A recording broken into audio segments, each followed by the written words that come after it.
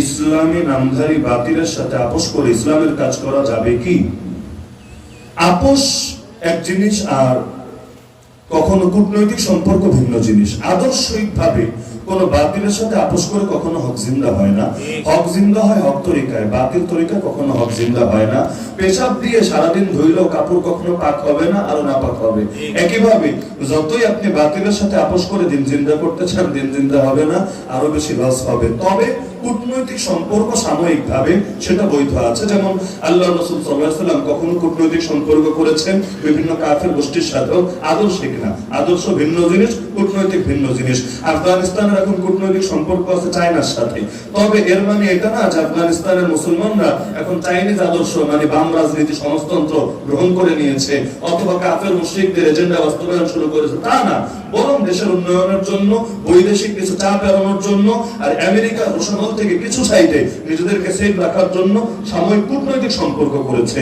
তো বাতিলের সাথে কূটনৈতিক সম্পর্ক করা যায় নিজের আদর্শিক অবস্থান ঠিক রেখে, জাতির সামনে বার্তা ক্লিয়ার রেখে, এবং স্থায়ীভাবে না সাময়িকভাবে তার শর্ত সাপেক্ষে, শর্ত আলেমদের থেকে এটা জেনে নিতে হয় যদি কেউ এরকম সম্পর্ক করতেও চায়। তবে আদর্শিক সম্পর্ক কখনো বাতিলের সাথে করা যায় না।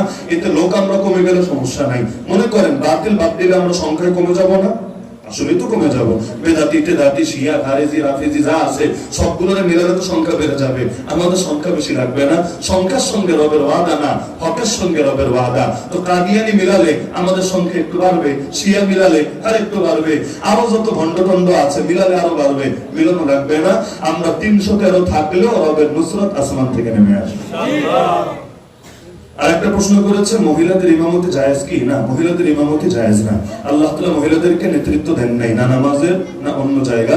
তো ইমামতিটা তাদের জন্য জায়েজ নাই। তারা মুসল্লি হতে পারে, মুক্তাদি হতে পারে, ইমাম হতে পারে না। আপনাকে মহিলাদের জামাত যদি হয়, মানে পুরুষ বেড়া নাই, সব মহিলারা, সেখানে মহিলারা ইমামতি করতে পারে না। ইমামতি, নবুয়ত, রিসালাত এই জিম্মাদারিগুলো আল্লাহ তাদেরকে দেনই নাই। হ্যাঁ, আল্লাহ তাদেরকে সওয়াব দিয়েছেন, তবে দায়িত্ব কম রেখেছেন। দায়িত্ব কম, তবে সওয়াব পুরাই। যেমন ইতিহাসে কোন নারী কখনো নবী হয় নাই, কিন্তু দেখেন আল্লাহ নবী যে জান্নাতে যাবে তার স্ত্রীও সেই জান্নাতে যাবে না? স্বাভাবিক ব্যাপার, কারণ নবী বলেছেন তারা দুনিয়াতেও আমার স্ত্রী, আখিরাতেও আমার স্ত্রী। তো এখন নবুয়তের জিম্মাদারি পালন করতে রাসূলের কত কষ্ট হলো। তো রাসূল এই কষ্ট করে যে জান্নাতে যাচ্ছেন, হাদিয়া হিসাবে, রাসূলের সহযোগী হিসাবে আল্লাহ তাকে সেই জান্নাত দিয়ে দিচ্ছেন। তো নারীর প্রেশার কম, তবে সওয়াব দিতে আল্লাহ কম দেন না, সওয়াব পুরোই দেন। যেমন সহিহ বুখারীতে হাদিস আছে, পরশুদিন আমি সবক পড়িয়েছি, এটা কিতাবুল জিহাদের মধ্যে পাবেন। আম্মা জান আয়েশা রাদিয়াল্লাহু আনহা বলেন, ইয়া রাসূলুল্লাহ, আমরা দেখতে পাচ্ছি জিহাদ সর্বোত্তম আমল, আমরা কি জিহাদ করব না? নুরাল জিহাদ আফদালুল আমাল আফালা নুজাহিদু। আল্লাহ রাসূল বলেন, না, তোমাদের নারীদের জন্য এটা না। লাকুন্না আফদালুল জিহাদ হাজ্জুম মাবরুর। তোমরা কবুল হজ করে আসতে পারলে আল্লাহ জিহাদের সওয়াব তোমাদেরকে দিয়ে দিবেন।